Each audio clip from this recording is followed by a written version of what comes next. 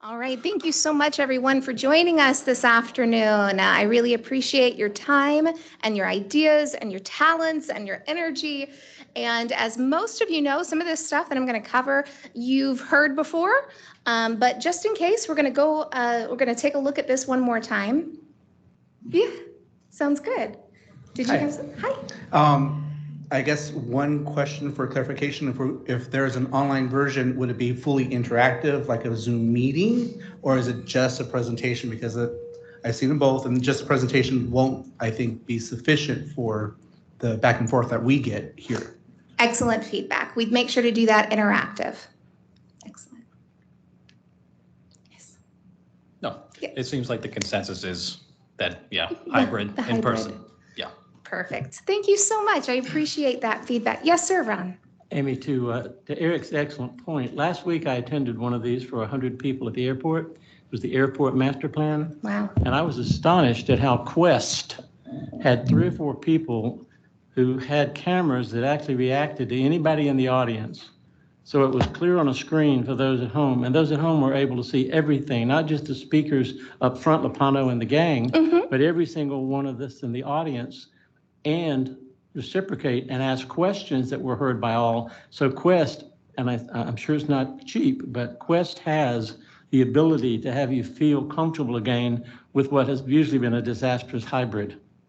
Thank you so much. We actually, we have those capabilities as well, but we've also found that sometimes it's a little bit, in specific settings, sometimes it's useful to break those apart where you've got that in person like we have here, and then we also have an additional online element just to avoid any kind of confusion and really make sure everyone gets the attention and focus that they deserve. But yeah, we'll keep that in mind for sure. That's a really great point, because that's absolutely doable if that's the preference. And so today you'll see this meeting is being recorded, so that's wonderful. And we have that capability where whenever we've got some cameras here, whenever someone speaks, we're able to look at them as they're speaking, as well as me when I'm speaking. So your video that you'll be able to see from this meeting after that we publish online, we should be able to get that full immersive experience as well. Thanks so much for joining us. All right, so as you know, we are here today to talk about our Hillsborough County comprehensive plan update. How should we grow? So we're going to talk a little bit about this project. We're going to go into some specific future land use updates and some things that we are prioritizing within those updates. Then we're going to take a deep dive into our urban service area. We're going to talk about what we're looking at as far as statistics in the urban service area. We're going to take a look at some of the feedback that we've heard so far from our community outreach.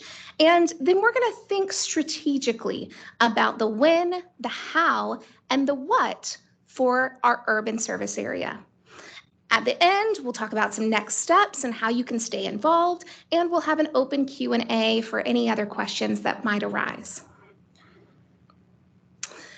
In case you don't know me, I'm Amy Elmore. I am with eXp Consulting. I am a local of Tampa Bay. I have been in this area for over 10 years, and I am proud to call it home. I am very, very honored to be a part of this project. It's in my backyard, and I am very passionate about the work that's being done here at Plan Hillsborough. So why are we doing this update? This update is for our comprehensive plan, which we're calling Creating Great Places. So far, we have done several of the portions of the comprehensive plan updates. We've done our natural open space section. We've completed the One Water section. We've completed our governance section, except for the public schools portion. And we've completed, the community and built environment section for the mobility and the housing portions. So today we're really talking about that future land use section, which is the last piece of the puzzle for Creating Great Places, our comprehensive plan. And if we think about that comprehensive plan as your 30,000-foot level view, then we think about our future land use, which is what we're talking about today. That's your 10,000-foot view. That 10,000-foot view guides your character and purpose of growth. It separates the land into general categories, and it sets the maximum density and range of uses. Zoning is that ground level view, right? So it regulates our building sizes, our setbacks, and specific uses. That zoning also is used to approve or deny developments, and it defines specific districts and uses within general categories. So your zoning is primarily housed within the Hillsborough County Planning Department. Future land use is housed within the Planning Commission, what we're talking about today. But our comprehensive plan does not work alone, right? We have a lot of other plans that we coordinate with, so we have a holistic view of what our future is going to look like. The comprehensive plan works together with the long-range transportation plan, which is organized by the Hillsborough Transportation Planning Organization. I will say the long-range transportation plan should be kicking off its outreach fairly soon, so definitely stay tuned for that. Then we also work together with the Transit Development Plan, which is organized by HART. And we also work together with our Land Development Code, that's your zoning, with the Hillsborough County Planning Department, along with many other plans that we have throughout the county.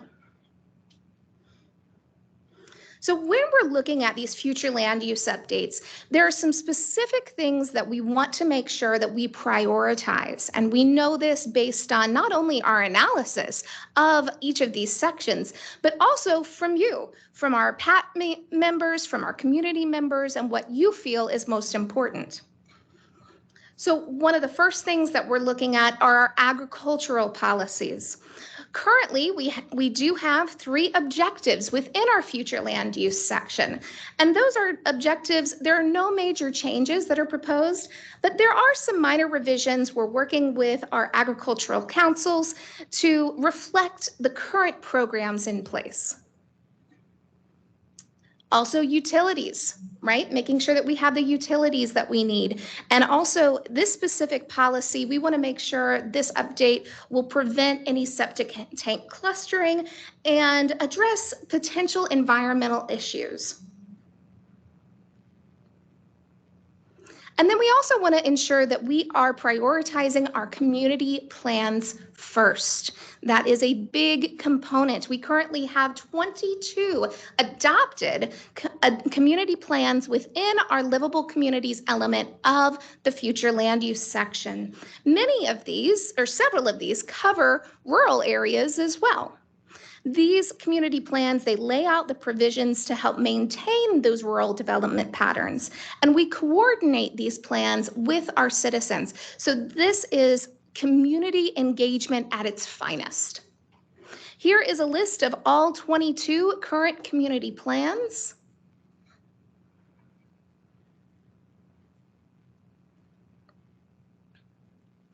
And again, those community plans, it's just basically a refinement, an extension of the comprehensive plan itself. It discusses special and unique characteristics of a community that we can't get from a holistic comprehensive plan. And some of them even have related zoning or land development code regulations that we want to make sure to adhere to within our comprehensive plan. So the urban service area, this terminology gets thrown around a lot right now because essentially it's how we define, it's how we to pinpoint where growth is focused. One of the things I love about living in the Hillsborough County area is that I can choose, do I want to live in a rural area? Do I want to live in a suburban area or an urban area? And this urban service area is what allows us to do that. It helps to create that compatible development so that we have the services we need and we can really focus our growth where we want it. But we also know that only about 20% of our land is vacant and developable or redevelopable within that urban service area, and it's quickly dwindling. Here's a nicer picture of this on your screen here. So our urban service area is in the red. The entire box here is the entirety of Hillsborough County itself. And so note that the urban service area does not include our cities like Tampa, Temple Terrace, and Plant City. This urban service area is only in Hillsborough County. So within the urban service area, and within the urban service area, when we're talking about developable lands, we have almost 18,000 developable acreages in the urban service area. In total, with the developable lands in the urban service area and within Tampa, Plant City, and Temple Terrace, you're looking at just over 28,000 developable acres. And you can see this in the purple areas. For our redevelopable lands, in this urban service area, there's a little over 15,000 acres. In total, within the urban service area and within Tampa, Plant City, and Temple Terrace, there's over 22,000 acres. You can see that here in the peach colored. And in total, within the urban service area, Tampa, Temple Terrace, and Plant City, we have just over 51,000 developable and redevelopable acres. That's about 65% of that is just in the urban service area, and only 35% of that is within our cities. Now here's a better look at this. So here's our developable acres and our redevelopable acres in the purple and the pink. And you can see that most of our lot sizes are very small lot sizes.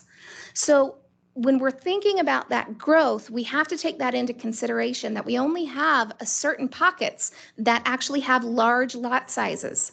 Also, please note that all of the information that we've talked about today does completely exclude wetlands and conservation areas. So those are out of the picture. They are not developable, they are not vacant, they are not redevelopable.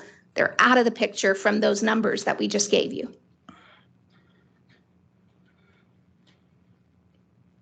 So what have we heard so far? And some of you have already seen this. I'm going to go into a little bit more detail with this. We did do a survey that we pushed out to quite a few folks. And overall, we got 1,800 survey participants, 32,000 data points. So we got some wonderful information to be able to take a look. And we realized that what the four main priorities when we're looking at our urban service area are to preserve natural areas, infrastructure and development, maintain agricultural and rural lands, and have a variety of mobility choices. Those were the top four ranked within our survey. When we looked at the inward growth, growing into our urban service area, we noticed that what was most important was maximizing that existing infrastructure. What was least important was a variety of housing types. However, that was only least important by a very small amount. So we know that that's also something we have to prioritize as well. Diving a little bit deeper into that question, maximizing that infrastructure, absolutely number one. Then we get to safe walking and biking. People want us to make sure that they're close to their daily needs. And as you can see, variety of housing types was last, but not by much. So now we're talking about our outward growth. What's most important to our community based on these results for the outward growth was to minimize impacts to our environment. And what was least important for our community was having access to major highways. Here's a deeper dive into that. Minimizing impacts into the environment, extremely important. Having infrastructure in place, preservation of our rural areas, compatible land uses, and access to major highways was last. So when we're looking at the urban service area, we have to think strategically. That inward growth, we know that we need to maximize existing infrastructure, have safe walking and biking, be close to daily needs, have that variety of housing types, which we discussed in depth at our meetings in May and June. For our outward growth, that's what we're discussing right now. We know based on our community results that we want to minimize our impacts to the environment. We want to have infrastructure in place. We want to preserve our rural areas, and we want to ensure our land uses are compatible. So up until now, the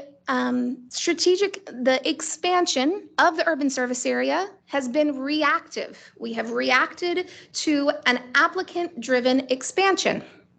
We have not had a publicly initiated plan amendment for expansion. So we want to be proactive with our expansion. We want to think strategically instead of being reactive to that applicant-driven expansion. And we know that this works. We know that we can do this. We've seen success stories with our Plant City Northeast Master Plan in Sarasota County, Osceola, Indian River, Marion, and even in Morgan Hill, California. We've seen this work. And so we know that this can be very successful for Hillsborough County as well. So with our Plant City Northeast Master Plan, it established a vision for future land uses in that study area. It created a cohesive community, provided the public services, and enhanced mobility and connectivity. And a lot of these spaces were in that rural area. Now, we know it's not perfect. We're working with a lot of the community members to solidify this plan, but it's a step in the right direction. And it ensures that we can identify the needs of these communities and strategically and proactively develop these future land uses. So we also know that the where for our urban service area expansion, the where is a long conversation that's going to take a lot of analysis. It's going to take a lot of public engagement. And we want to, it's moving on its own, I apologize. So we want to make sure, that before we look at the where, we look at the when, the how, and the what. When is it time to consider expansion? How should we plan for that expansion? And what should we look at in those expansion areas? So taking a look at the when, we want to evaluate that timing through Planning Commission population and employment projections. When will we not have enough developable or redevelopable land? When will we be at capacity for our public services and our daily needs? When will we be at capacity for housing, for jobs? And we want to make sure that that's continually evaluated within our comprehensive plan updates. So it's not just a one and done deal. We want to continue to look at these things. So looking at the how do we want to think about this strategically? Well, first, we want to develop an extension area master plan. And within that master plan, we want some corridor plans. We want a plan, we want a strategy. Throughout that, we want to hold community engagement to ensure that that plan reflects the vision of our community. We want to ensure that we review those community plans so that their priorities come first. We want to coordinate with our external agencies, our schools, our transit, our environmental protection. We want to review all of our impacts and mobility fees continuously. We want to encourage private investment. And we want to make sure that this master plan includes elements for traffic circulation, network connectivity, utilities, open space, and viable funding programs. Next is the what. What do we want to think about when we are looking at areas to expand the urban service area? Well, we want to make sure it's adjacent, that it's right next to the urban service area, right? We don't want it to be way out there somewhere and it doesn't make sense. We want to make sure it has access to adequate infrastructure, that infrastructure is in place either now or it's planned to be in place within our improvement plans. And we want to optimize access to public services. We want to make sure that people can get what they need. We also want to ensure that any kind of expansion preserves open spaces and promotes sustainability. We want to ensure that it enhances our community plans, that it works with them, not against them. We want these expansion areas to be a half mile proximity to economic centers, or have the ability to create those economic centers. And we want to encourage economic growth through this expansion and increase access to daily goods and services, increase access to opportunity and chance so that people have a chance for a better life. And of course, we want to ensure that we're enhancing safety throughout any of these expansion areas. So real quick, before we get into this, what I would like to do today, some of our discussion, I want to go back through some of those slides, and I want to get a good discussion going on and get your opinions. Have we missed something? What aren't we thinking about? What else can we include? But really quickly, because I know last time I had to wrap things up real quick because we got into some great discussion. So I want to just let you know how you can stay involved and what's next. So right now we have our discussion that we're going to have today. We're going to take a month, and we're going to we have a meeting that's coming up at the board for the for the Hillsborough County Board and for the Planning Commission. We've got that coming up on the 10th for the board workshop and on the 14th for the Planning Commission, just to get their thoughts on things. And after that, we're going to start drafting some language. In November, we want to come back to you. We want to present you with something, and we want to get your feedback again to make sure that we've accurately heard what you've told us. So right now, we're planning some community meetings on the 2nd and on the 6th, in person and virtual. And then we'll also be having a PAT meeting probably to the middle of November. And most likely, as long as they're good with it, we'll do some sort of hybrid option. So here we are right now. We're at our public workshops. Fall and winter, we're going to be finalizing these recommendations. The Planning Commission, we're going to be going to them in 2024. And then we're also, after the Planning Commission makes a recommendation to the board, the Hillsborough County Board of County Commissioners will adopt the final update. So they are the end all be all say so in 2024. So with that, I would love to open up the discussion and specifically ask about a couple of slides here. So first of all, talking about the when we are looking at our strategic expansion. I would love to get your thoughts. Have we missed anything? Is there anything else you want to mention? I have a question on the first sub-bullet. Okay. When will we not have enough developable or redevelopable land? You said there was, 51,000 acres, 33,000 or so outside of the cities. Is assuming it all gets consumed, or do we ever put a limit in there on when we don't consume it all? Because based on what I've heard, you'll look at criteria, is it adjacent, where we go? Well, eventually everything will be adjacent if you keep down the plan. So is there a strategy to constrain it to, we'll always have some kind of open land available? Yeah, absolutely. Feel free to jump in if you have it. So hi, for those who don't know me, I'm Melissa Zornita, the Executive Director of the Planning Commission.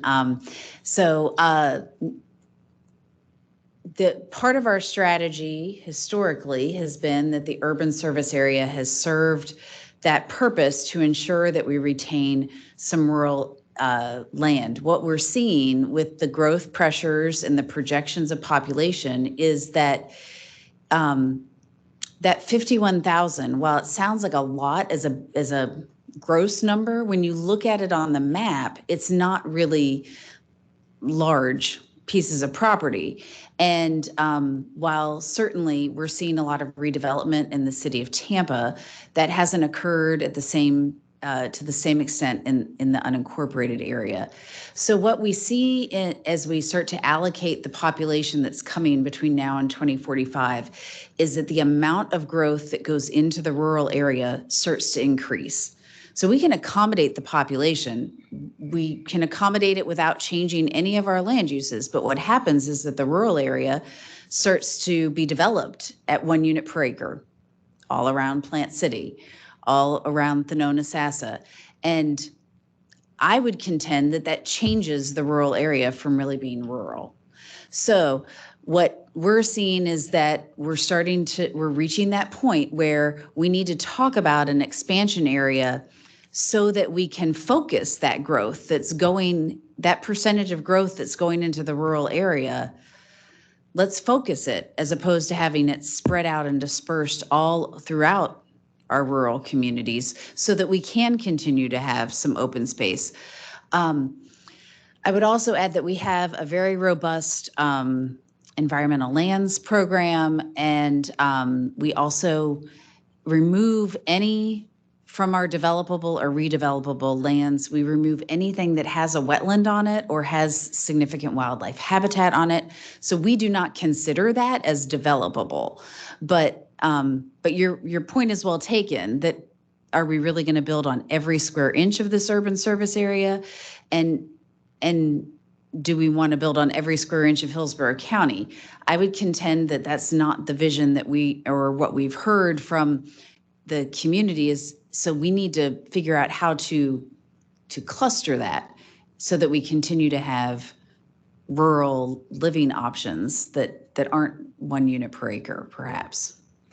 And if I could just. May I follow up on that? I wanted to see, because this is an urban service area, and with urban growth boundaries, what you want to do is incentivize growth within that service area. Mm-hmm. I want to know what kind of penalties you might have for developing outside of that.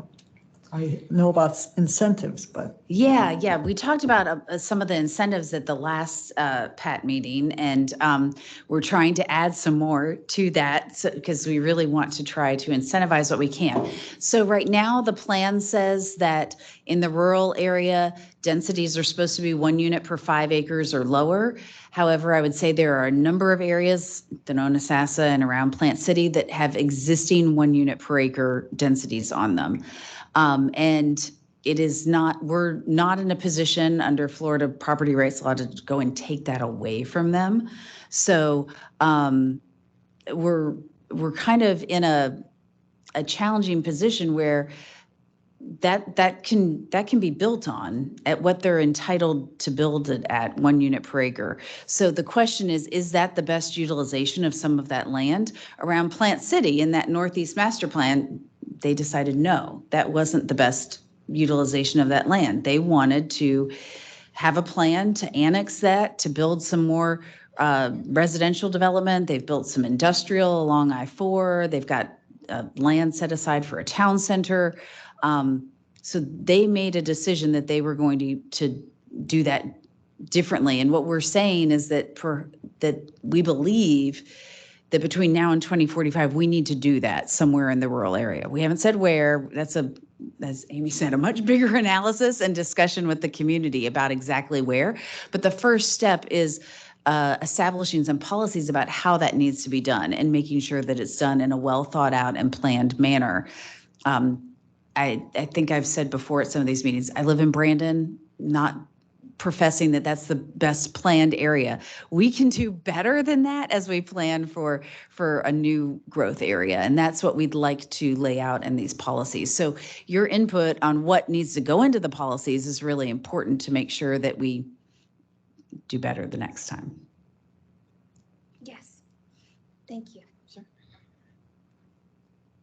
I remember in the first meeting in the other room, it was asked about expanding the urban service area, and the statement is, oh, there's no plan to expand the urban service area.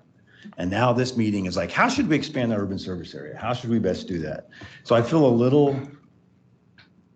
little misled to some degree, right? In that the first meeting, it was like, oh, there's no plans for that. And now it's, oh, how should we do it? All the questions you have of when and how, and but none of them are why, right? None of it is, well, should we do this? But Well, and I think that, and Oh, go ahead. I know that eventually, I like the idea. I like the sentiment being expressed that, well, we want to make sure that not every square inch of the county gets built on, because that's what will happen, right? I lived 30 years in Los Angeles. That's what will happen, is every square inch will get built on if money gets its way. If capital wins out, every square inch will be built on, right? And it's great that we're trying to protect the wetlands and the conservation areas, but you can't build right up next to the wetland and have it remain a wetland, right? It gets ruined if it doesn't have spaces adjacent to it that are also kept free. Pretty soon it's just all runoff from the paved area, and then you get algae blooms and dead manatees and et cetera, right? But so that's my soapbox. But I had a more practical question, and it's related to the redevelopable land, because I watched the recording of the June 26th meeting, and I had a question from that. And it was what we have heard about the limited amount of land in the urban service area that is redevelopable. However, in theory, any land that has been developed can be redeveloped, rezoned, or repurposed. Any land is redevelopable in just the most basic sort of definition of that. But I wonder what is meant in the technical term or legal term from your perspective. What is redevelopable? What does that mean, right? And can the commission rethink what qualifies as redevelopable? Maybe that limited amount of space can be expanded if we redefine redevelopable. and absolutely, that's a great question. And I know you've got a couple of points there that I definitely want to address. So as far as redevelopable land, what does that mean?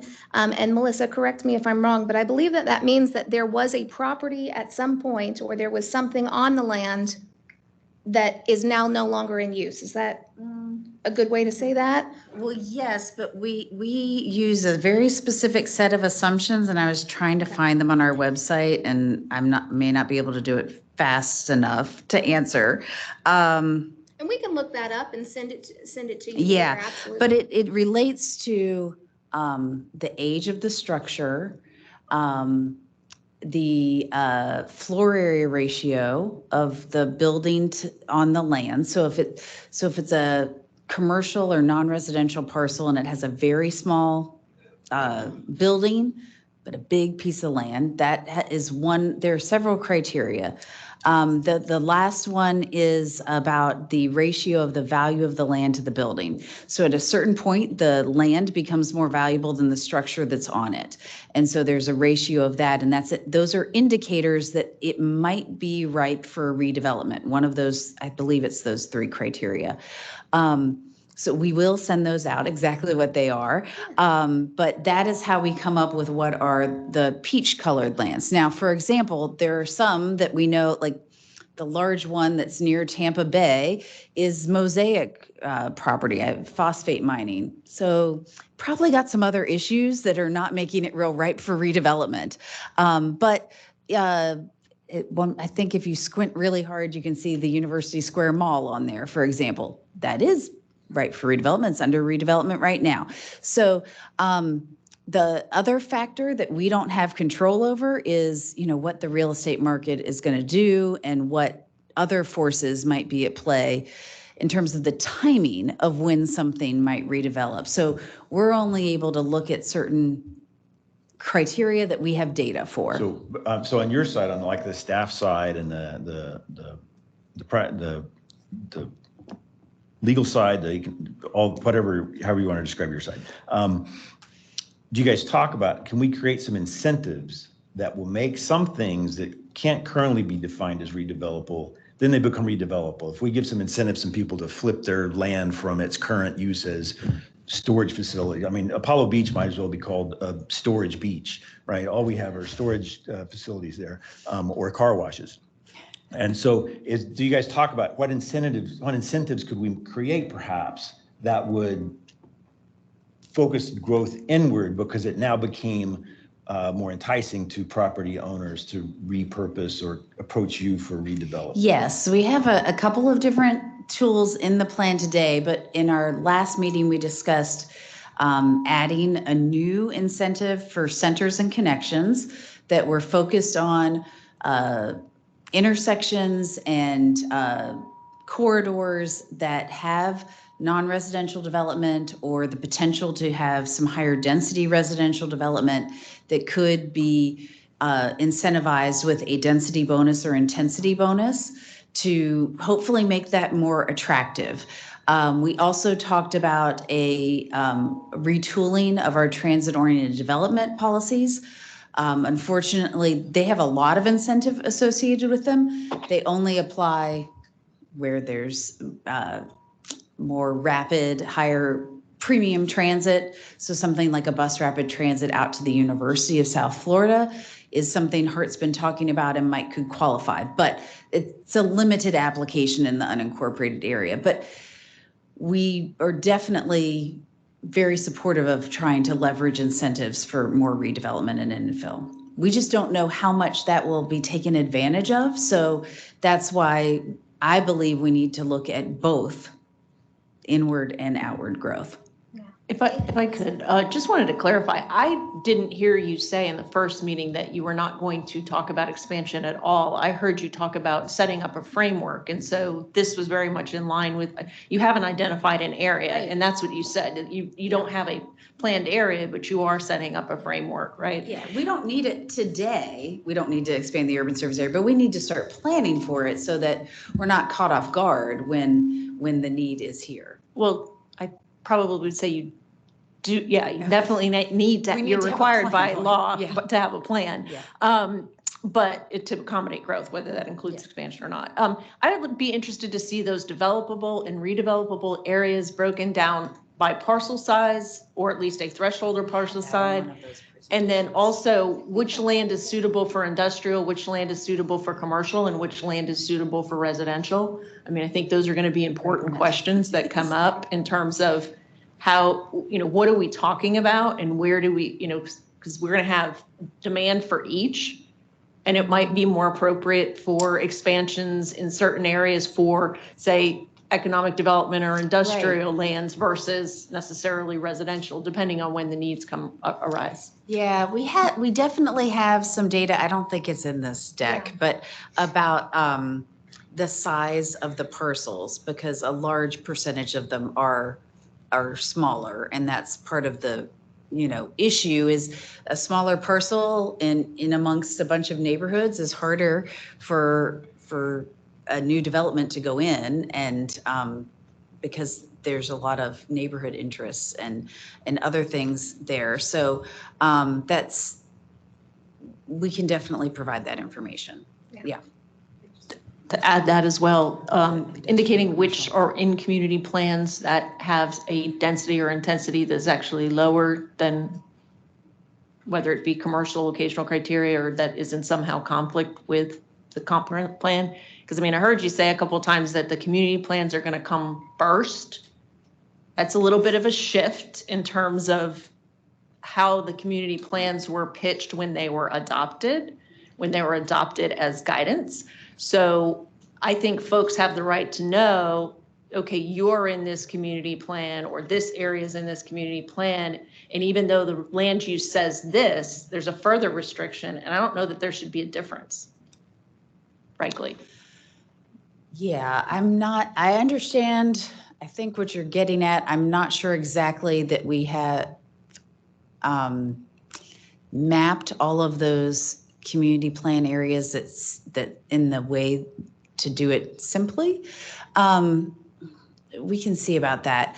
I think our intent here was to say that before we go, let's say the decision is made to pursue looking at, I'm going to pick an area and y'all are somebody's going to jump all over me, but let's say we're going to pick, the board says, look at the I-4 corridor out through Thanona-Sassa for expansion, right? Okay, so yeah, see, I knew I was going to make somebody mad.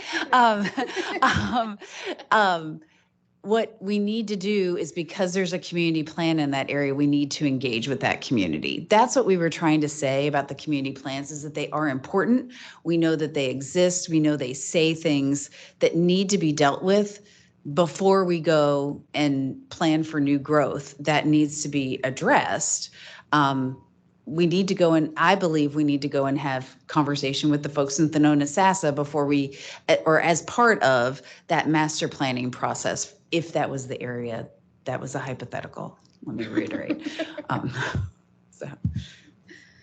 And really quickly, I don't want to miss something that I caught from both gentlemen that spoke first, which was the preservation around the wetlands and really in preserving those open spaces. Because I really loved that idea to possibly consider not just those wetland areas, but what else can we do? Is there something else we can do incentive-wise or anything like that, where we can preserve even the spaces around those areas, right? To really focus the growth in the areas that want it and preserve those open spaces. So I really loved those, and I did not want that to be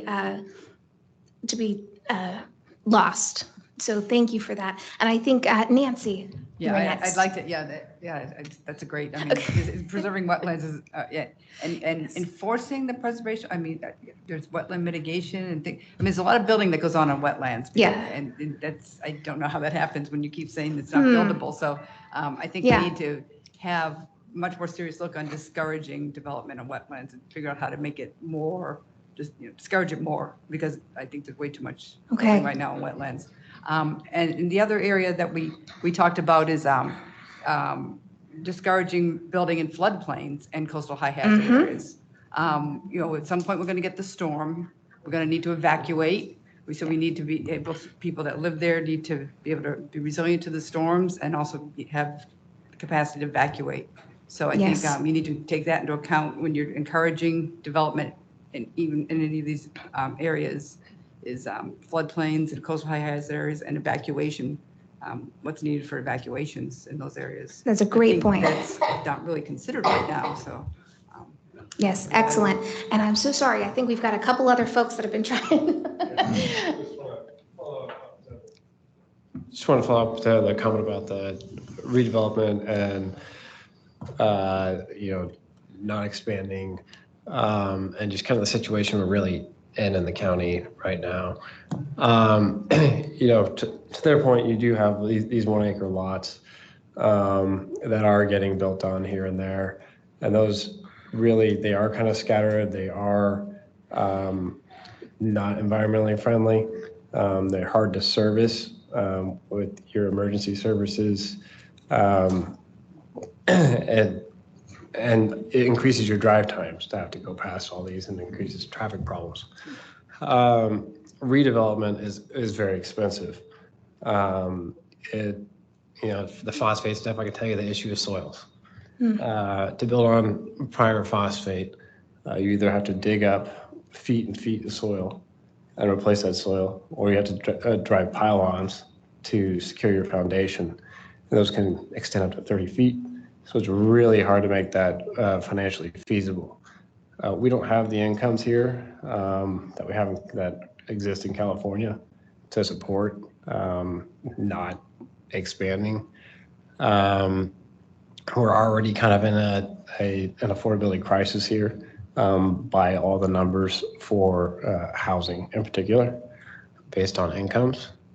Additionally, there has been traffic pressures coming from other counties into this county due to the lack of expansion of this urban service area. So you're getting added traffic due to growth in other counties because of the restriction of this urban service area boundary. The other thing is, I saw that 20%, and I was really surprised because it's way less than that. That's actually buildable and developable. I know just about every parcel within the urban service area. The ones that are developable still are probably controlled by, you know, this number of people on one hand. So, you know, do you want 5 or less people having full development power, you know, full control over the only developable lands for residential development in the county? So these are all just things to consider. There are factors. I honestly think that we're a little bit behind moving the lines based on the growth that's occurred in Pasco, North Manatee, and eastward, Plant City, Polk County, due to the lack of buildable areas within Hillsborough over the last 5 years. Thank you so much. And Ron, I see your hand. Hold on 2 seconds. I just wanted to mention, you know, I think that that's a really great point. And, you know, I think Melissa said it perfectly, and as well as you know, that it's about building that strategy, that framework, putting things in place so that we have a plan if we ever need it, not that we know this is the location that we're going to have to expand to. We also know that right now, applicant-driven expansion happens. So we want to think about that community participation within a strategy to be able to really think through what the community wants, preserve those open spaces, direct the growth where we can. So thank you so much for that. And I think, Mr. O'Brien, sir, you've had your hand raised for a really long time. And then Ron, I promise I'll get to you. And you, sir, yes, sir. Well, you actually covered a lot of it, but I guess what I'm hearing, I believe, is that we have to develop and I'll coin your comprehensive plan. We have to devise a real comprehensive plan for the urban service area. And we have to identify some of the points that have been brought out, I think, in the discussion even today, where you categorize the different types of land, you determine potential land uses for those available lands, and then you develop a very specific, at least overall plan to develop the urban service area. And then I think what you're saying is then we have to, and I'd have to agree, because Scott LA is right, we're going to turn into LA if we don't, you know, if we don't manage our business very well, and we're not doing that right now. But we have to determine where, you know, what is the strategy to go out away from or outside of the urban service area, and then how do we expand outside of that urban service area? I mean, is that really what you're trying to say? Is that what we're doing? I mean, if we are, then it's kind of difficult to follow the steps of, you know, to see the progress at work, so to speak. Sure, I think that's a really great point. You know, that's what we're trying to achieve, is to look at the criteria and to say the when, the how, and the what, right? When we're looking at that urban service area, so we have that comprehensive strategy, and that's community-based. Yeah. Yeah.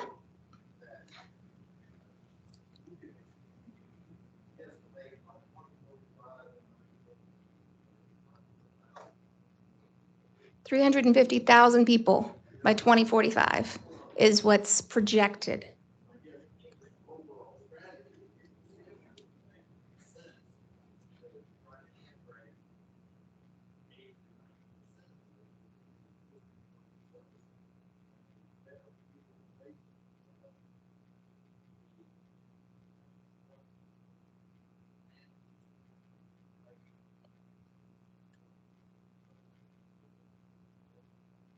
Yes, to focus that growth. And, you know, we want to make sure that we're maximizing the existing infrastructure, that we're doing everything we can, building inward, looking at our redevelopable and developable lands.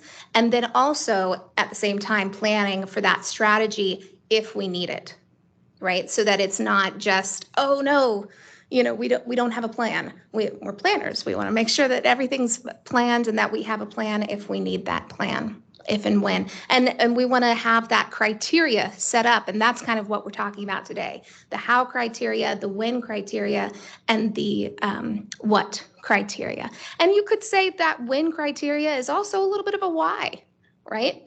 Kind of the same thing. Ron, did you have something you wanted to mention?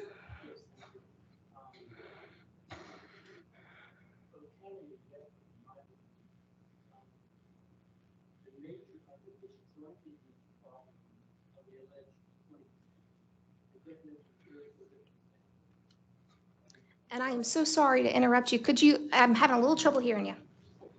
Cammie and Jeff reminded me of the enormous disjointedness of the alleged 20% available land in the urban service area. And with all due respect, much as I like to agree with everything Mr. O'Brien said, to put 80 or 90% of it in the urban service area exacerbates the disjointedness, because disjointedness means that missing from the criteria that will trigger the county commission saying, yes, you've earned an expansion here of the urban service area boundary, you've got criteria, and missing from the criteria with respect to developable acres are practicability, the physical issues, the financial feasibility, the dealing with transportation, the disjointedness, and the competitiveness that at least one study I've seen says that when you confine development to a certain area, you lose your affordable housing because it causes those 5 folks who own a lot of that land, Jeff,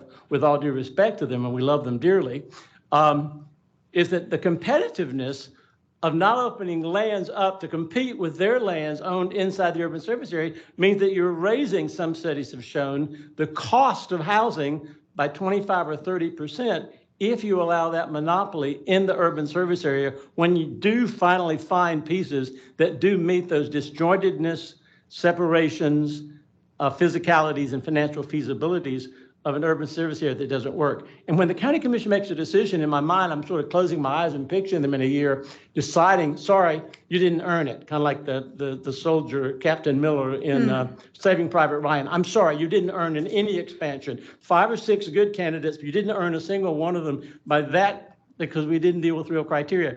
And it reminds me of a kid asking his dad, how many apples do we have? And dad says 50 apples. And he goes back there and he looked at the 50 apples, and 10 of them are the wrong size, and 20 of them are discolored in a way that no customer would ever buy them. Dad, we don't have 50 apples. We have 18 apples that we can sell, and you can't judge a county commission in a year for daddy not to order some more apples for this community. Thank you for that perspective. That's excellent. And I think this gentleman had his hand raised for a really long time. Thank you. My question is about how you're going to promote the other community meetings, okay? My concern is the economic strata of those who have been surveyed, okay? I've been around, it's not my first rodeo, and I know that in these community meetings, generally the strata of those who participate, okay, were well fed, okay? The community has many members of different economic strata, and generally the opinions of those who are left out are left out, okay? So we have to be conscious, and I know that generally in meetings like those coming up, the community, not all in the community get to know about the events that are happening. So my question is, how do you advertise these events? Do the workers, the blue collar workers, get to know about these events? And how do you make an effort so that we get the cross section of the community to attend? That is I think that's very important for us. I completely agree. And David, is it? So great to hear. I completely agree. I think, we do social media, we do news releases, we work with our media outlets, both local and regional, to get the word out there. We also do community newspapers and work with some different newsletters and that sort of thing. It's on our website. But if you have something that you think, hey, you should be in this particular newsletter, or this is a really great way to reach this community over here, if you have ideas, I want to hear them, because I would absolutely love any ideas that you might have on how we can spread the word better. Yes, sir. Hey, Looking at that map, if I was a Florida Panther, I could see a way that I could move from Sarasota and kind of skirt outside of Plant City and before Tampa and make my way all the way up to Ocala. Interposed on those maps, I would suggest that you put all of our parkland that's in Hillsborough County. I did not see that anywhere on the map. And all of the ELAP property that's been bought over the past 50 years with the $300 million that Hillsborough County has come up. Sure. That would help to put a more perspective thing. We're talking about, Hillsborough County being lost forever. Well, I'm terribly sorry. It's the boonies out there. It's cow farms and cow pasture and parkland. And I wanted to point out that, and this may be the complete wrong meeting. Correct me if I'm wrong, but I came here because I live in Hillsborough County and I'm concerned about future use and resources. And I live on North Florida Avenue and Fletcher, and I have not heard one word at all from my county about anything that's going to happen in the urban core. I'm just outside the city, so I can't rely on the city, but I am a citizen and I live in Hillsborough County. And my last thought is that one of the points that you made was that in the survey, it was a low, barely, but a low bottom item was transportation for the expansion that's going on in South County, but yet and you also said the words, in 2024, the BOCC is going to have the final word on everything. Mm-hmm. Now, I know numbers. I'm quoting one of the members of the board, and I know how votes add up. And they recently, just a meeting ago, they had 40 people. Somebody on the board got 40 of their constituents to show up and demand transportation. And if the board has the last word, then every study, every word, everything that's going on over here isn't going to carry any water when 3 people can control what happens in South County, which means they can control everything that happens in the entire county. So that's my 30,000-foot view. And please tell me if I'm in the wrong meeting for living in Hillsborough County and talking about North Florida Avenue. I don't think you're in the wrong meeting. Think you're in the wrong meeting. What I'll say, thank you so much. And what we can do is we can definitely, if you have a specific area that you want to look at, you want to learn more, you have some specific suggestions about that area or that community, we can absolutely schedule a one-on-one with you. We can take a look at more specifics. I think within some of those areas, if you have suggestions that you want to include, we want to hear them. 100%. So just let us know what you're thinking about the growth that you'd like to see or preservation that you'd like to have. Absolutely. Okay. Yes. A lot of the growth that you want to have here is going to be residential. People are moving to Florida every day. One question I have is, are there any hard limits to development when it comes to housing? Like I'm concerned about water supply. I was living in San Diego for a long time, and maybe it's not such a big issue here, but clean and abundant water. We just had an expansion in South County ourselves, and I don't know how do you decide where the limit is to how much traffic, how much water, how much of something can be allowed. I think you make a really great point. And, it brings me back in my mind to the slide about the what. And I think several of you have touched on it this evening, but that what, we talk about making sure that it already has adequate infrastructure, or it's going to have that adequate infrastructure. But what does adequate look like, right? What does that actually mean? So maybe diving a little bit more into that question that's a great suggestion. I love that. Did you have something? Sure. We do have in our capital improvements element of the comprehensive plan levels of service that are established for things like water and sewer. And when a new development comes in through the development services division, they take a look at whether or not from public utilities, whether it meets the level of service or not. So there are standards with that for certain infrastructure in that regard.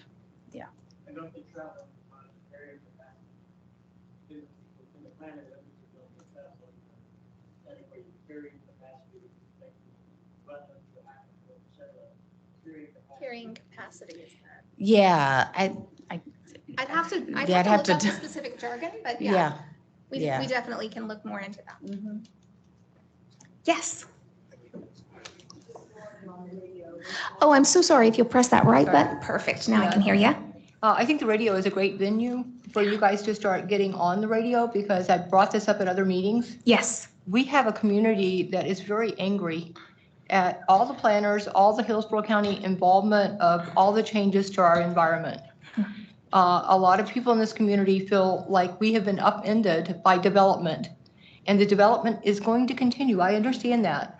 But we are heating up very fast, and it's time for people to reassess where we're going with the heat. In Singapore, they build up, but they also make a mandate that you plant up.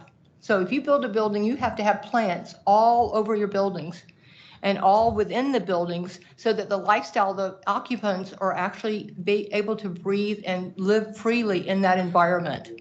We are not doing that in Hillsborough County. We are giving rubber stamps to developers throughout this county, left and right.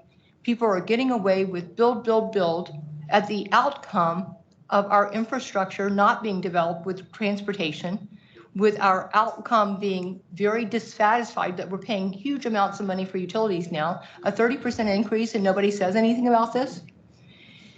I'm concerned about that. You know, we can't keep our air conditioners, you know, now they're telling us to update our air conditioners to a higher capacity because our 2,000 square foot home cannot handle a regular size air conditioning.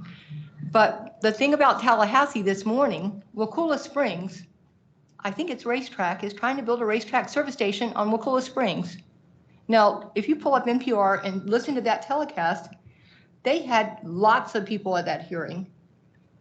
But we are not thinking about the green, beautiful place that Florida has been for generation after generation.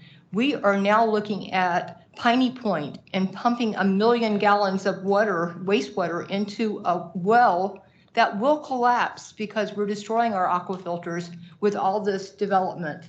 We are not being conscious stewards. We are part of a steward being left out of the equation and the planners being left in, but not always with a good interest of our health and our pollution and the fact that we keep building, building, building, and we keep forgetting the concrete is everywhere now. Like in Brandon, Florida, I've been fighting against this library going in. Why do we need 100,000 square foot footprint of concrete when we have a shopping mall that has all these empty stores in it and we already have the concrete footprint there, but that mall is going to close. And we're going to have another deserted building that's ugly. But why not make things more to where you have to go through this threshold of approving these buildings in places that are user-friendly, but also health-friendly for our future generations? And thinking about our kids having a place to go and enjoy a wide open space.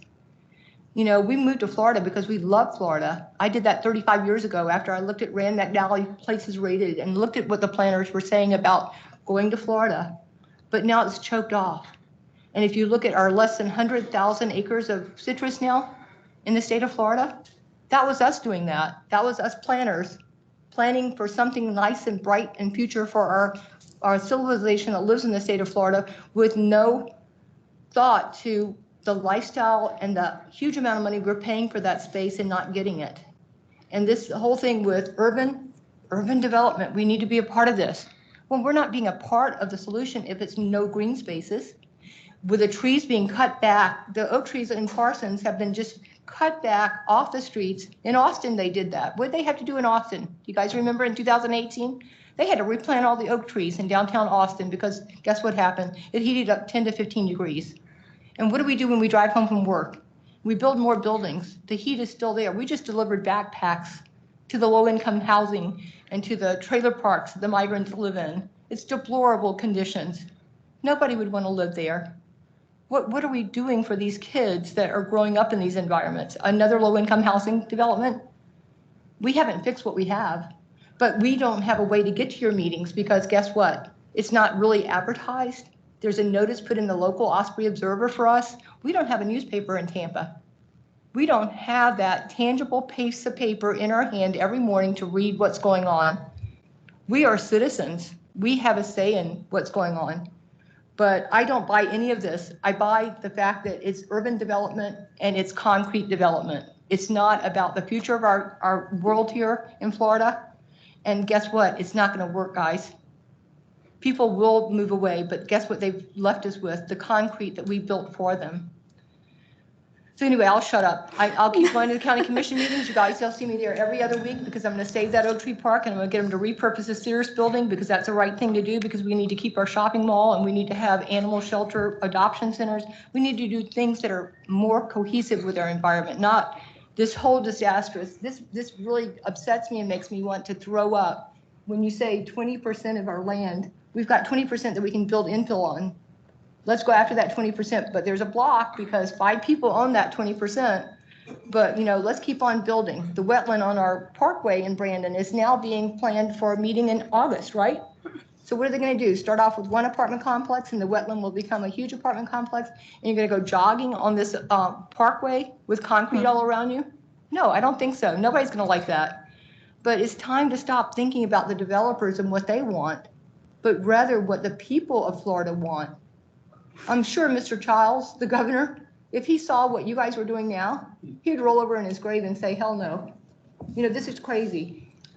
You know, so anyway. Thank you so much for that perspective. I really appreciate it. I do just want to mention a couple of things. So the radio, you did mention that last time. That's definitely something that we're looking into to make sure that we, for the next community meeting, because that was at the last community meeting that we got that suggestion. So for the next community meeting, we're going to be implementing the radio. That's a wonderful suggestion. If you have any other ideas, community newsletters, anything like that, please let me know and we'll be happy. Just give me. Why not a PBS open meeting for our community? You know, so that everybody that watches PBS, if you just generally announced it, PBS would probably carry an ongoing program about planning. And I can tell you, a lot of the stuff people are not going to agree with what's going on. Or, you know, we don't want this. And it's like, I was on the 30-year plan 30 years ago for Brandon. They said no development from Kings to Lithia Pinecrest. That was blown out of the water shortly after. The transportation, it's one thing after the other that if you're the right person at the county commission, you get what you want. And even if it means taking a land that was donated for a special purpose, like saving it for the community. So, you know, it's very frustrating to even hear all this stuff. And I know I know that you guys are thinking that you have to do what you have to do, but I think you need to maybe think about Singapore. Think about giving back those plants, giving back the natural habitat that Florida is known for. Well, and that's one thing I really wanted to point out that I loved that suggestion because, you know, I think it aligns with what we were talking about with some of that redevelopable incentives and relooking at that word, right? And then it also, you know, if you look on the screen here at the what, we talk about promoting sustainability. And maybe we can think through what does that look like? Right? What does that actually look like? And I think you and then you.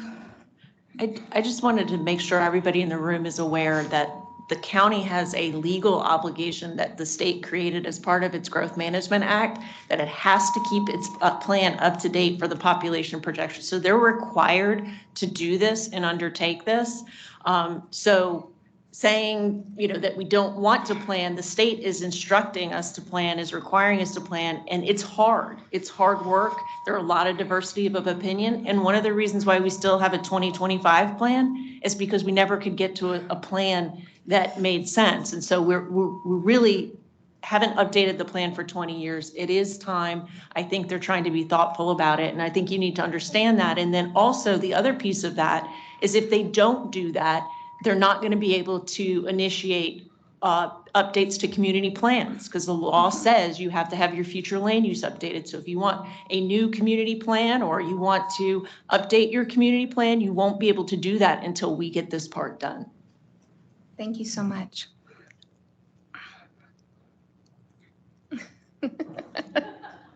Sometimes you got to look behind you for the exit. That's okay. Hi, everybody. I'm Brooke Ward. I'm with Food and Water Watch and the Tampa Bay Climate Alliance. And I'm glad that what you just brought up because I was waiting for us to talk about the what. I'm part of several coalitions that have been reviewing the future land use plan for Hillsborough's unincorporated areas.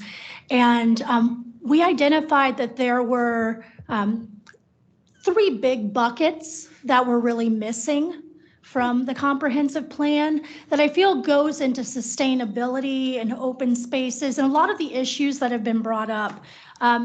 The first one would be how affordable housing and our energy burden are linked. Specifically, that there's not explicit mention of energy and water efficiency in new development and redevelopment, to the degree that that really would help to alleviate a lot of the problems of our raising rates. And it would also help our homes in being more efficient to be using less energy, because we know that's a big problem that we have right now, especially with our extreme heat going up. Also building in trees into these areas, which I know you do mention, but that also will help with the excess energy burden that's happening in these areas. And I know that this isn't for this space directly, but encouragement to the Hillsborough County Commission for taking on some of these block grants that are now available through the EPA and other federal funding sources that can help us to actualize this development and redevelopment to take into place the energy burden that is affecting so many people. The second bucket that we've identified, justice, environmental justice and energy justice specifically, are not explicitly mentioned in the plan. And things that we can talk about, I mean, when you were saying this, that the most important things for most folks were minimizing impacts to the environment and having infrastructure in place and being walkable. We don't have cooling centers throughout Hillsborough County. And if we're going to encourage walkability, especially as we're seeing heat days increase to the level that we have, we need those, and especially in communities that rely more heavily on public transportation. And as you were mentioning with the driving and the knocking down of trees, we need to be specifically focusing on preventing and eliminating urban heat islands. Just this justice focus is such a huge portion of how we should be looking at. It should be the lens through which we're looking at development. And I feel we do ourselves a disservice if we're not explicit about that. And the third big bucket is renewable infrastructure. There is no reason at this point that every new building should not be electrified and set up with renewable energy infrastructure. That would also go to our issues of energy burden and environmental justice. So just encourage, when we're looking at rewriting, that these are three areas that we can focus on including, so that we're really encompassing the bigger picture of what is it that we're doing and how it's going to impact our community. Thank you so much. Excellent perspective. Excellent perspective. Yes. I would just like to add some of what I've witnessed recently when I went to Orlando. I just want to emphasize that Tampa is not Orlando or Miami, because these places are out of control. I went out to Orlando, driving up the backcountry roads. I don't like taking I-4.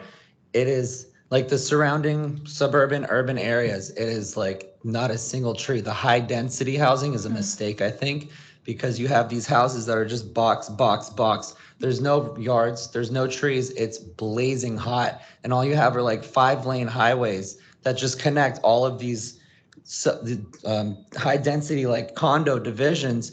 And it's like miserably hot out there. And I was driving through one of them. My family was staying at one of them as an Airbnb. And I was like, nobody lives out here, because everybody's using it as vacation rentals, Airbnbs.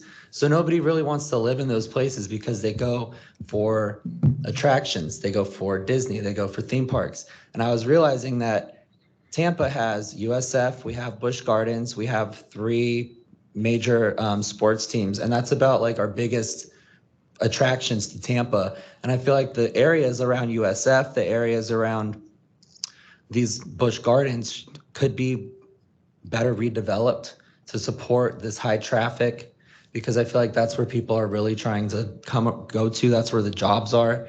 Out in Brandon, off of Highway 60, going out to Mulrennan, they've cleared out. I took pictures on my phone. Beautiful woods, forest gone, cleared out within a week, and it's going to become apartments, low-income apartments, which I have no problem with that, but it's not the right place because it's at the very end going out into the country. There's no transportation. There's nowhere for people to get jobs. And it's like a horrible idea to put a concrete jungle in place of a beautiful forest that was providing shade and cooling off the ground. And I have another picture on my phone where it shows the differences in temperatures when you have no trees. Without trees, the ground is up to 50 degrees Celsius. With trees, 26 degrees Celsius. So that's about a 25 degree difference. So we use Fahrenheit. I think 50 is about 90 degrees. So you're looking at like a huge increase. It's like a 20 points of heat index taken off because you have trees, and they also absorb carbon dioxide. It's more than that. Excellent. So I think that we have to really consider that we're not Orlando. We don't really need to compensate for the high density condos that people aren't really going to be looking into buying or living in because they're, one, not affordable, and it's just hot. It's not there's no yard. Florida needs good yard spaces. We need our trees. It's just sad. And then like on Paul's Drive where the wetlands are, they're trying to build 40 new apartments on the wetlands, and it's literally on probably the only part of Brandon that's preserved. It's the parkway, and it's a road.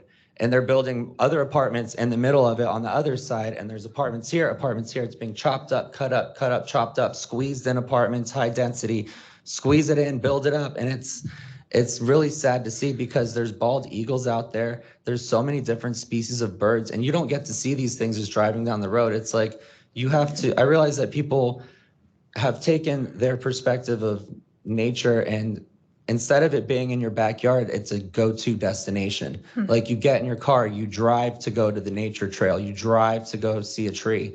And I think that's kind of messed up because I was born and raised. Should be just the opposite. I should be able to enjoy it. We should be able to enjoy the environment. Like I was born and raised in Florida, and I grew up in Gainesville, and they was known for Tree City. Like we didn't cut down a tree. There was permits. It was expensive. I've heard the developers here, they pay to cut down a whole forest what we pay to do one tree. So they get incentives, I'm sure, and kickbacks. And it's just, I feel like if the plan going forward should be that developers have to pay a fair share to cut down the trees, there needs to be a good reason, and they need to replant the trees. And they can't just take out all of the trees and make it a high density concrete jungle, because that's not going to work in Florida because we obviously have these high heats.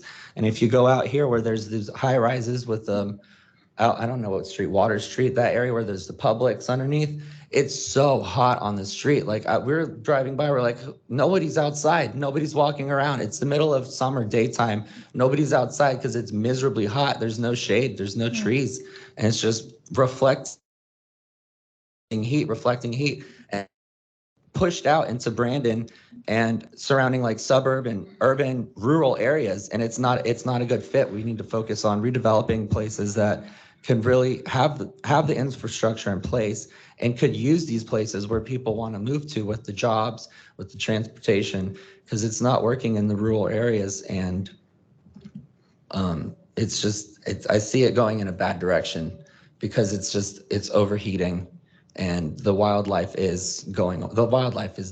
The sandhill crane population used to be like 50. They're almost extinct in Brandon. Our sandhill cranes are gone. Like I see one and I take a picture. I'm like, thank God there's still a sandhill crane. And they get hit by cars. I see turtles run over all the time, and it is what it is. But we need to consider the natural environment because I grew up in it. That's the reason I love Florida. If we didn't have the natural environment, I'd go somewhere to the mountains. I would escape here as quick as I could if we lost all of the natural environment. And I feel like that's kind of what's happening. And it's scary, it's sad. And we need a plan to conserve environment, and too many incentives for developers, no offense. I feel like it's just too many bonuses and back end deals and all sorts of things. Thank you so much for that perspective. Did you want to say something? Yeah. Hi, everyone. Diego Guerra, Planning Commission staff. I may have talked to a couple of you already. I'm the environmental planner for the Planning Commission, touching base on some of the environmental points that you guys have in terms of a lot of the environmental stuff related to development is also found in the environmental and sustainability section of the comprehensive plan. So that section has language on wildlife corridors. We included a whole new objective series on wildlife corridors that introduces wildlife corridors, safe crossings for wildlife, trying to connect the west, east, and north-south portions of the county to other counties, coordination with other jurisdictions within and outside the county for expanding these wildlife corridors. In terms of renewable energy, there are policies in the comprehensive plan, specifically the environmental and sustainability section, that discusses new structures, public structures owned by the county have renewable energy, promoting renewable energy businesses within the county, because it also brings economic development to the county while also promoting sustainability. So yes, although they may not be found in the future land use, specifically because it's in terms of development, they are found in the conservation and the environmental and sustainability section of the comprehensive plan. Highly encourage you to go look at it. Addition to that, some of the policies are also found in the One Water chapter as well, when they're related to surface waters and water quality and protecting our water resources. Those, although it's environmental related, we do see water as an approach water in a holistic approach. So they're all found within the One Water chapter, which houses stormwater, potable water, wastewater, and the aquifer recharge portions of water.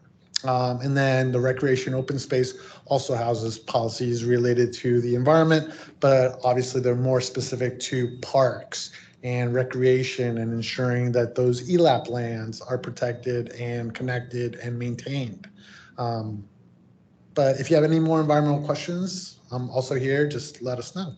Thanks so much, Diego. And I do just want to mention, something that we mentioned at a previous meeting that I think we'll continue to look at is how can we take some of the ideas from those other sections and reinforce them within our future land use updates, just to keep saying, yes, yes, yes, we want this. This is a good thing for us. So I've got a lot of hands raised all at the same time. So let me go just down the line here. Thank you. My name is Jake Kramer. I'm a land use attorney. I think one of the surprising things to me about just listening to the different perspectives tonight, one of the big surprises to me is there's a lot of support for redevelopment.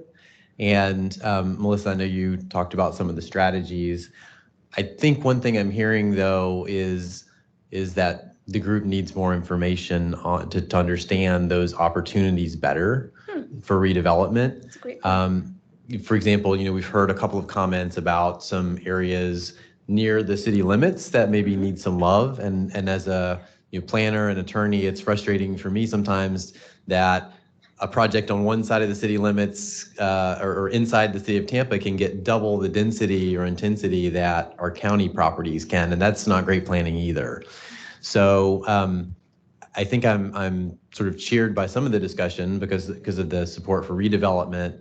And I think that I'm hearing some people that would be more comfortable with the urban service area expansion if they had a better understanding of what do we think is coming for redevelopment and have we maximized those opportunities. I love that point. That's a really great point. Nancy, I'm just going to go down the line because you're okay up it. Go ahead, Nancy. I just want to piggyback on some of the things you said, but certainly for redevelopment and for looking at potentially expanding this urban service area, I think they should be done with specific goals in mind and maybe incentivize things like affordable housing, green spaces, sustainability, keeping the trees, retaining the trees, So I think you have to do any redevelopment and expansion. If there is going to be an expansion of the urban service area, it should be done right. I mean, it should be done with the goals that you want to attain, that it's a livable space.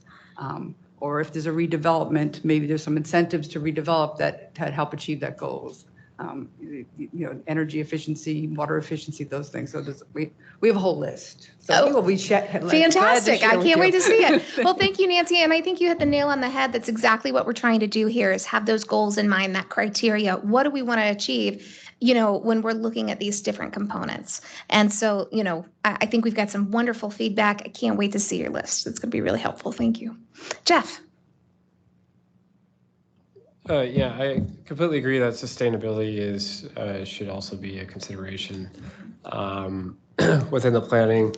A couple things with regard to that too. I think probably a good option to encourage it would potentially be density bonuses for including green sort of features and inclusive of energy or tree plantings, things like that.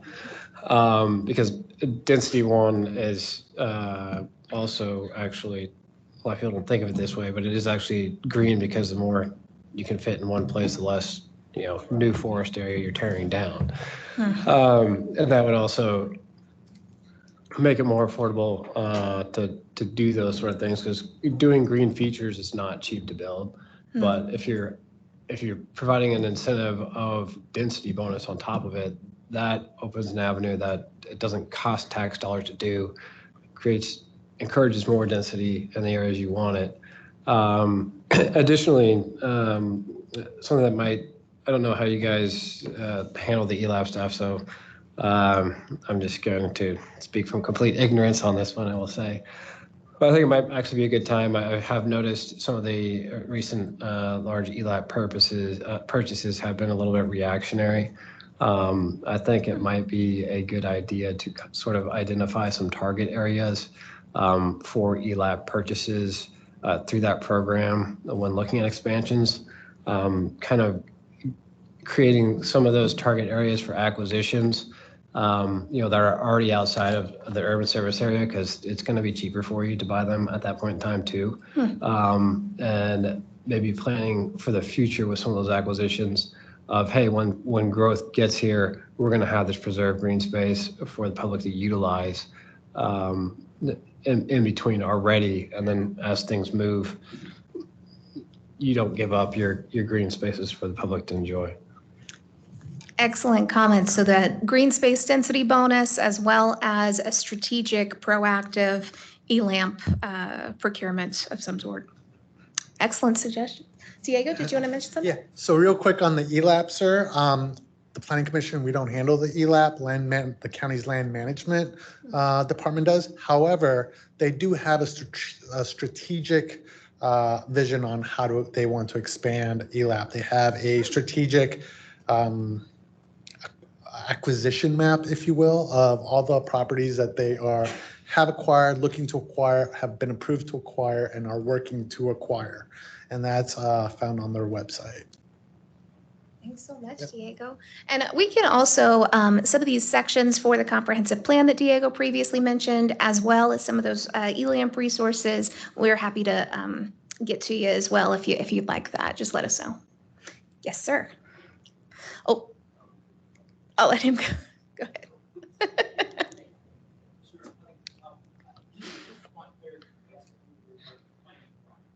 Oh, and can you turn your microphone on? The right one. We'll turn it. It's not working. Oh, you got a dead one. Uh-oh. Okay. Thank you. Sorry about that. They gave it to me for a reason, obviously. Thank you. Is that better? Okay. So I appreciate everyone sharing. no problem. So just once again, for my clarity, the reason that we're here for this meeting is the future land use part of the comprehensive plan for unincorporated Hillsborough. Right? Yes. So is part of the toolbox of a planner going to both developable land and redevelopable land? Are you looking into changing the future land use under those lands that are developable and redevelopable to higher density uses? Or changing the land use around those properties to incentivize the sellers? Because I hear a lot of incentives for developers, bonus densities and all these densities for developers. How are you incentivizing the sellers, the property sellers, to sell their land?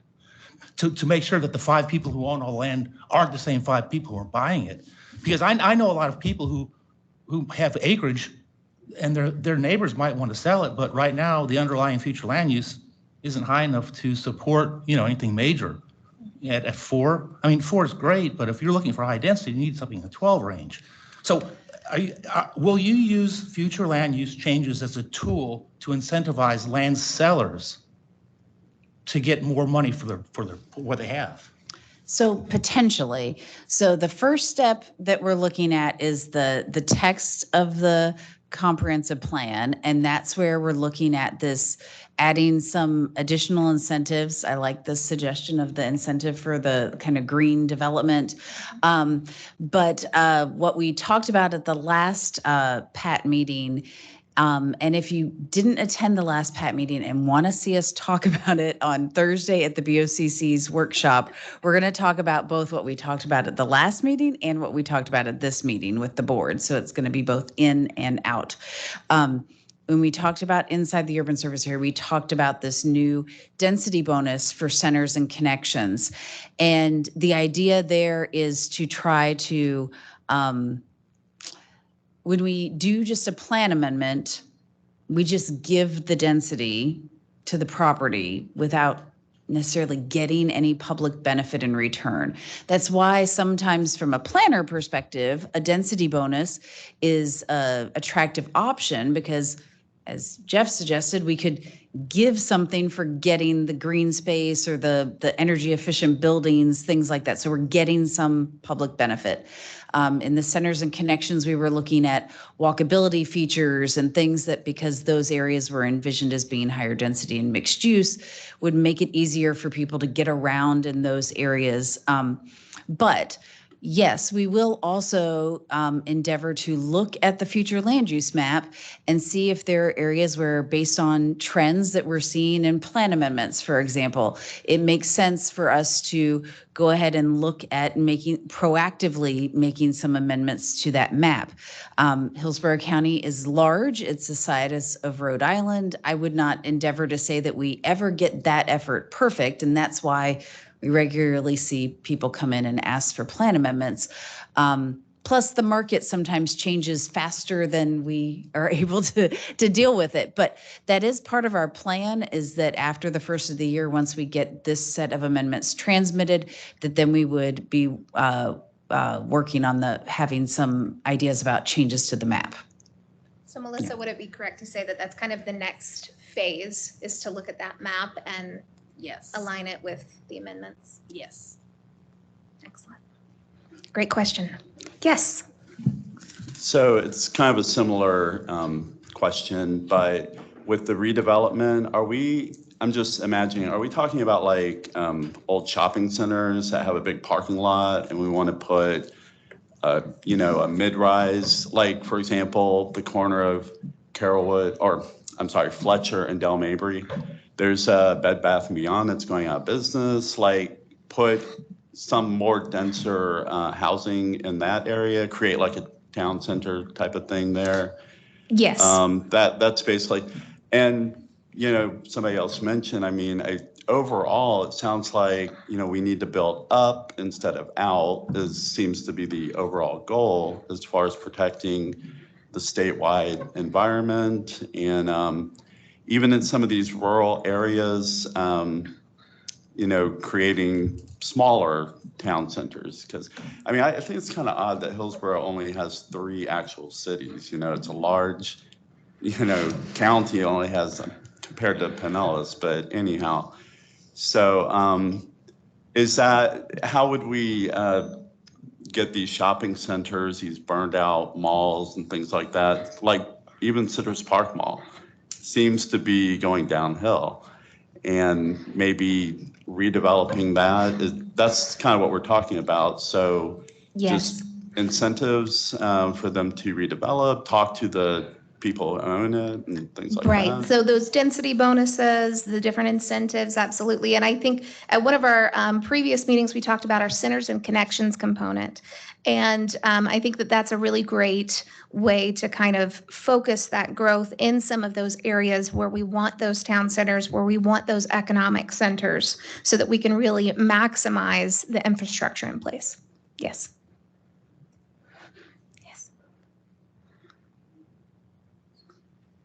Hey, my name's Elizabeth. I am a concerned citizen, native to Florida, this area. Chuck and I have gone to a lot of public hearings to reduce the densities of some of the apartment complexes that they want to build on State Road 60, on Valrico and 60, on Miller and 60, Mulrennan and 60. I'm not in the area, the radius, so I never got a letter, didn't get to show up to that one, but those trees are gone. But as a concerned citizen, a lot of these hearings are before the commissioners. And a law recently was passed called the Live Local Law Act by Governor DeSantis. And it basically is, I think, I'm not an attorney, I'm a citizen, is taking our voice away as citizens so that the developers could come and properties that are already zoned commercial, multi-use, they can basically build the most dense project they can possibly put on there. You know, they have to plan too because they need retention and they have to worry about utilities and things like that. But I feel like that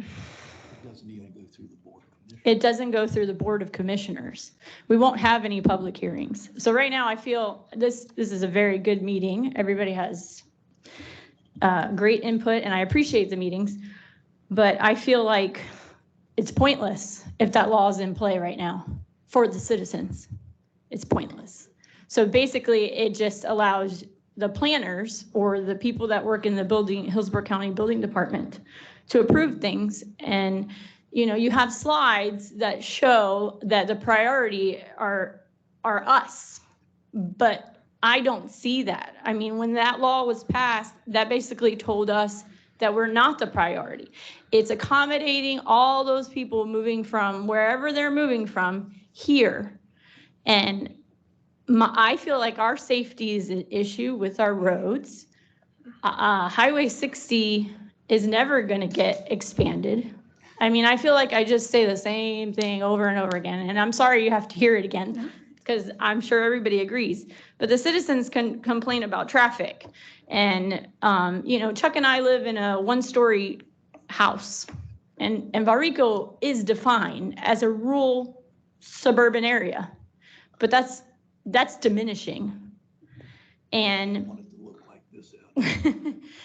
and now I feel like with this new law, it puts us in our place as citizens, that we don't have a voice anymore. So I feel like this is kind of pointless when the big government comes and tells you what you need to do anyway. So I just want to know how that act is going to play here, I guess. Would you like to answer?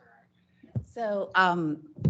So I think I'll join you in wanting to know how the Live Local Act is really going to play out here, because there are a lot of things that are required for a development to utilize those provisions. They have to be willing to put forward 40% affordable housing. I think some in the development community might be able to speak to how realistic that is for most developers to do that. But it is certainly, I understand your frustration, because I'm a planner for Hillsborough County and want to do the things that fit right here. And sometimes we see these things come down from the state that don't reflect our context. But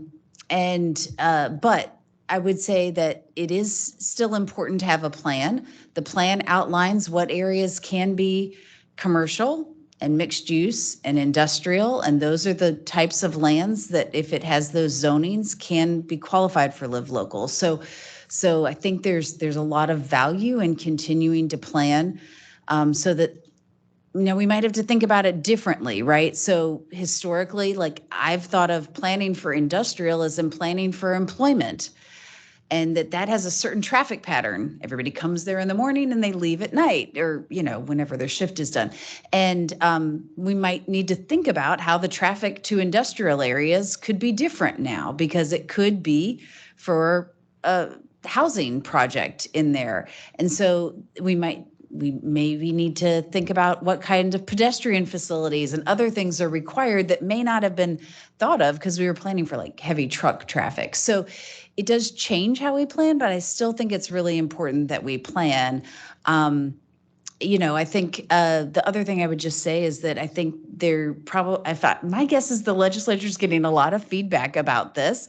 And I think that's important to continue to share with them. Because they change things every year, and sometimes there are things that they haven't thought of as it relates to it. But I don't know if anyone from representing the development community might be able to respond to the market realities. Sure, I can speak to, it's not just market, there's a lot that wasn't taken into consideration, so there are a lot of questions because the law actually expires in 10 years. And so what do you have when you're done in 10 years? So I represent two different affordable housing developers, both of whom have projects one is now approved, but were in review during that time. And both of those developers opted to go to the traditional rezoning method because they didn't want all of the risks that came with Live Local. So those are folks in the business who could easily do the 40% affordable. Both of those projects were 100% affordable, but did not like the certain uncertainty associated with the expiration of the date, the failure to address all of the questions that people have raised with respect to, compatibility. What does it mean to both have a different use than it's allowed by the comprehensive plan, but also then be consistent with the comprehensive plan and the land development code? So there's there are a lot of people, there are a handful of developers that I think that are trying to utilize Live Local for their approvals, but I would say the majority of the industry has looked at it, and I don't know that it's necessarily that attractive to them. I know it doesn't make you feel any better because I know the issue, but just as a practical reality. And I also think the county has provided a very narrow interpretation of Live Local that provides maybe some additional protections than how other jurisdictions are approving it. So just because staff has to approve certain ones now, they've given a fairly conservative interpretation, and it really is going to hit probably most affected on existing PD zonings, because otherwise Hillsborough County has setback requirements. For any building that you build over 20 feet, the setback has to be increased 2 feet for every 1 foot of height. So almost nearly all apartment PDs that you see are asking for a waiver to that justification. So if it's not in a PD and if it's just zone CN, they can't get that relief. So on a small parcel, you can imagine if you're going to go to, let's say you have 4 stories around you, you have to increase the setback. If you're 4 stories, you're 50 feet. So for every 2 feet over 20 feet, you have to increase the setback by the side and rear setback by 2 feet. So that is kind of a layer of protection that naturally exists in the Hillsborough County Code to make it not quite as widespread as I think people are thinking. There are some PDs that already have that waiver to them that it may be applicable to. Thanks so much. And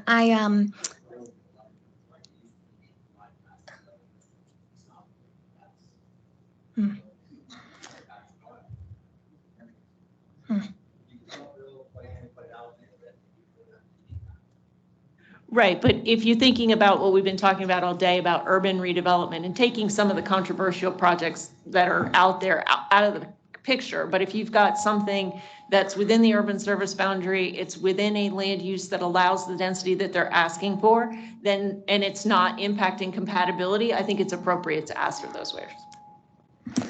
And I will say we only have about 5 minutes left for our discussion. It's been fantastic. And I do want to just stress, Liz, I want to take my planner hat off for 2 seconds and put my citizen hat on and just let you know that Plan Hillsborough, this group of people, are listening. And we are here to do everything that we can. So I'll give that to you, what it might be.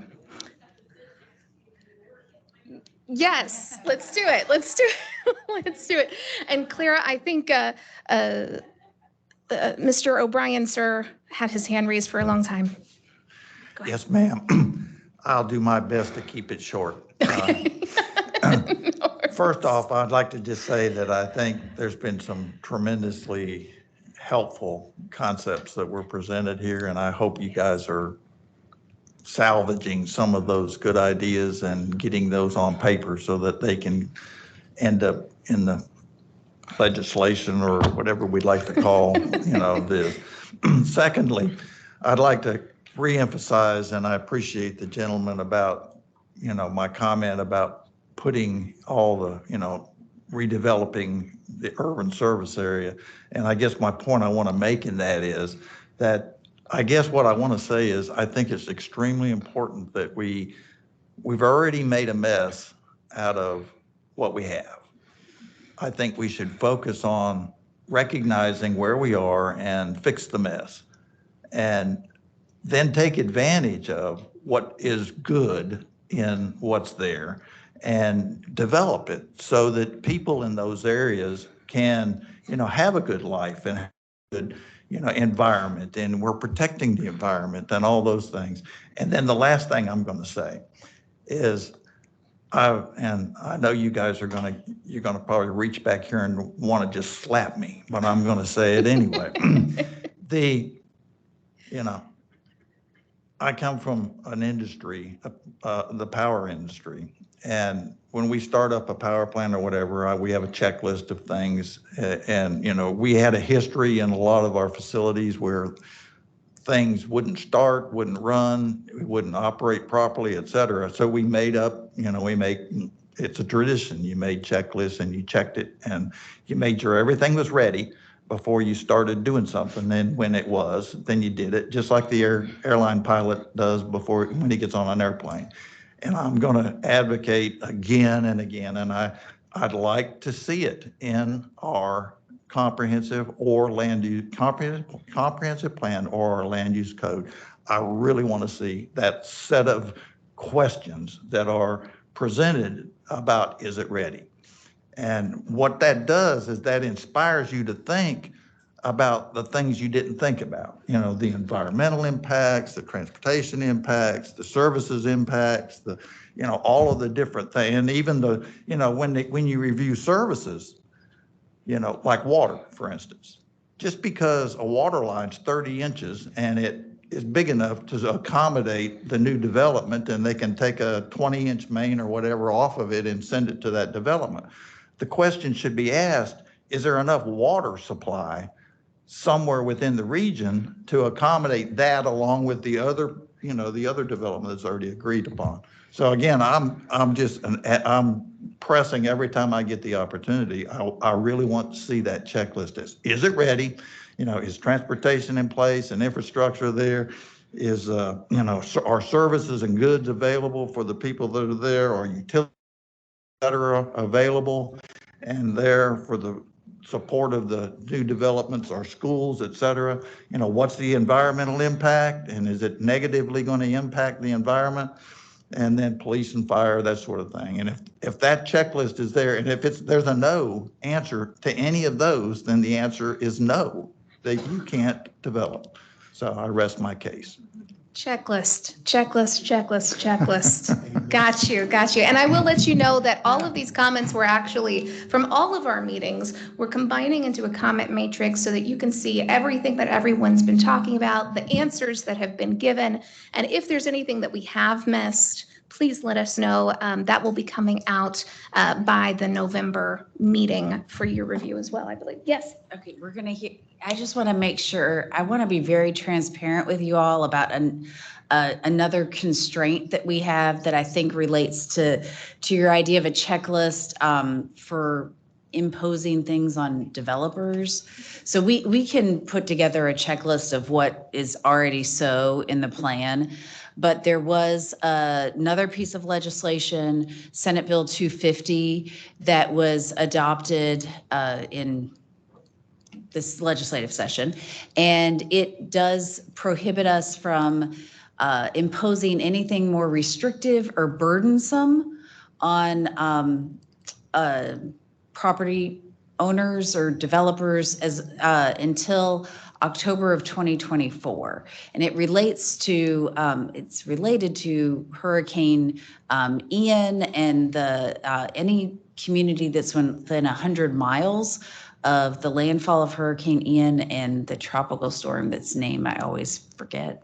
I think it started with a D. Anyway, but it was related to facilitating redevelopment and reconstruction post-storm. But Hillsborough County is within that swath. And therefore, I just want to be very transparent with you all that that's something that I'm not going to jeopardize Hillsborough County not being compliant with state statute. So I think the idea of consolidating some of the things that are already in the plan but we can't add new things that are more restrictive or burdensome. So I just want to add that. They're not new things. Right. They're existing things that we should be thinking about and we should have been thinking about. And so that's the point is we don't, and they're not new things. They're, there was, I don't remember the specific piece of legislation, but I brought up the concurrency requirement. And in those, there was a mandate that said that the counties have to develop the comprehensive plans, and in those plans, they have to have, elements to include planning for transportation and planning for utilities and water and all those things. And then I don't remember, in about 2011, they eliminated, I think it's 319, Senate Bill 319. They said that you cannot consider transportation in the part of approving a development because they were trying to incentivize development. Well, the point that I'm making is, at the time, it may have been an okay decision.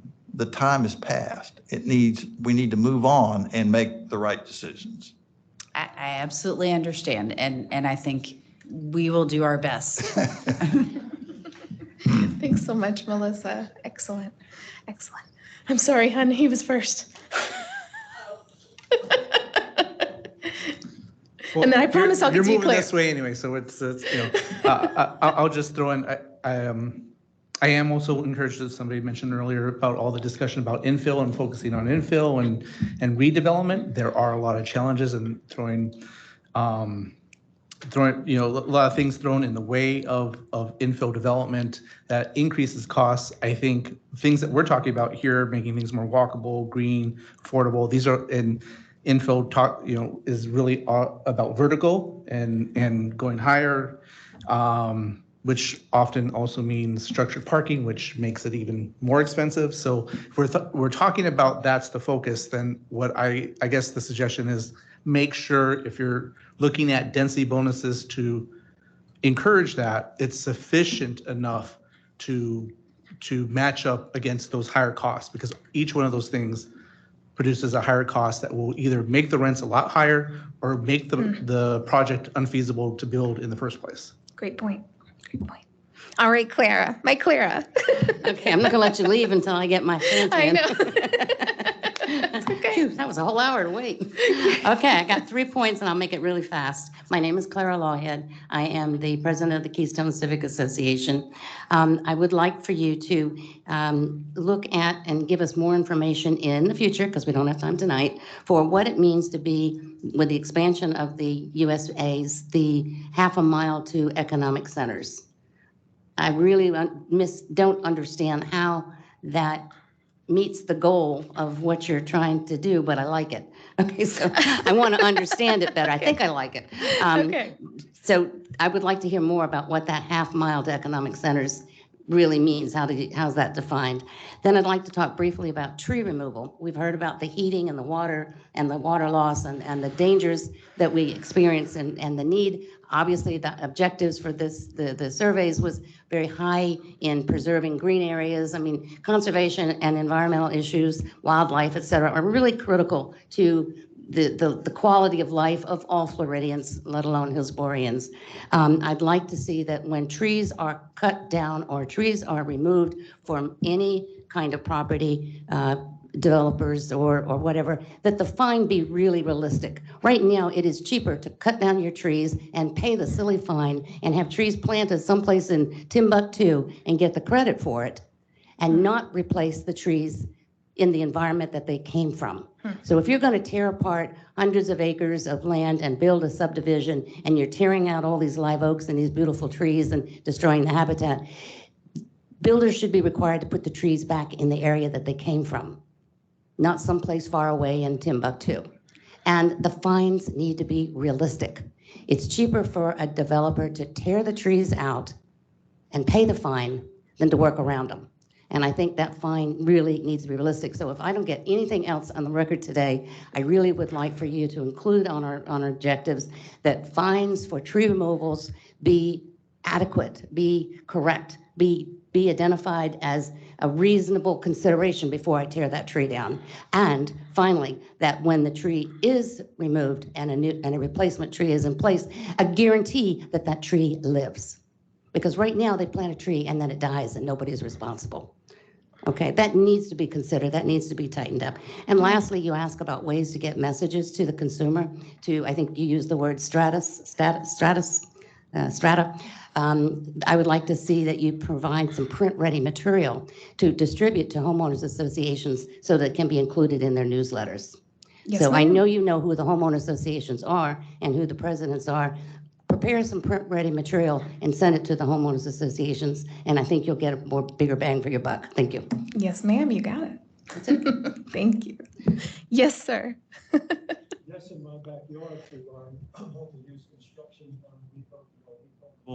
places, but this just came across my desk an hour before I came in here, and it's from the Hillsborough, Friends of the Hillsborough River. Some big developer wants to build 42 townhomes plus 3 houses plus boat docks on the Hillsborough River at the old German American Club at 611 North Rome Avenue.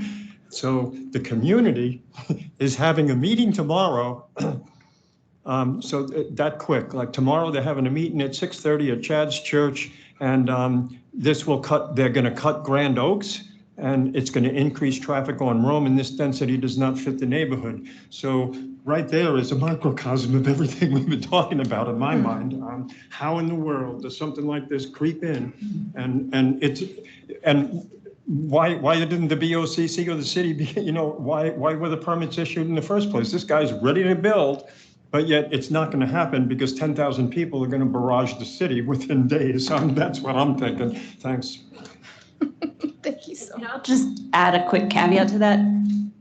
That's one of the things that we're all facing, and I appreciate your advocacy for the environment. But I think one of the things we have to realize is that when we talk in this room about infill within the urban service boundary, and you talk about projects and forcing things into the city, that kind of activism, and I appreciate it, for the environment competes with that land. And so that's what we find in the room, is that all of the land that everybody says is developable isn't really developable because of perhaps environmental concerns or that kind of thing. And so that's why you kind of have to look, are there other areas that are farmland that's not environmentally sensitive, that is outside the urban service area, so you can protect something inside the urban service area that is environmentally sensitive. So I think that's just something to consider.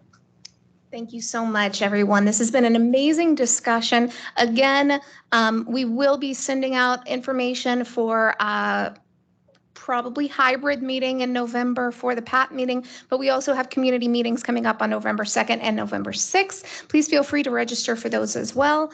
And I do want to mention, if you have any questions, if you want specific information about a specific community or your area, please give us a call or shoot us an email at any time. You can find all of our contact information on planhillsboro.org/HC land use. In addition, we do have 3 printed boards outside here. If you have not, if you have more ideas, if you have not been able to give your feedback, you haven't wanted to speak or anything, that's perfectly fine. We have some sticky notes out there. We would love to hear your thoughts on what else we should be thinking about on those boards. Please feel free to jot those down, stick them up there, and they'll be recorded as well.